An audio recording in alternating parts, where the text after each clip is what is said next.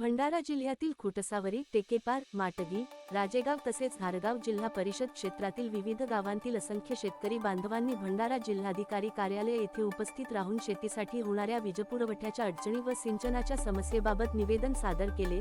भंडारा जिल्हा काँग्रेस कमिटीचे अध्यक्ष मुकुंद विनोद साखरकर यांच्या नेतृत्वात शेतकरी बांधवांच्या शिष्टमंडळाने जिल्हाधिकारी यांची भेट घेतली। यावेळी शेतकऱ्यांनी अपुऱ्या वीजपुरवठ्यामुळे शेती पिकांचे मोठ्या प्रमाणात नुकसान होत असल्याची व्यथा मांडली।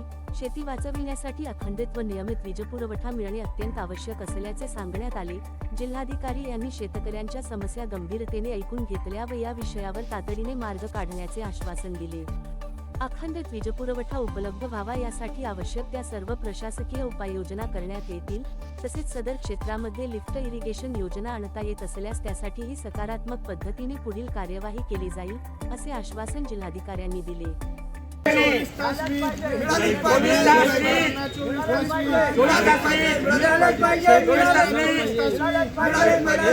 शेतकऱ्यांना 24 तास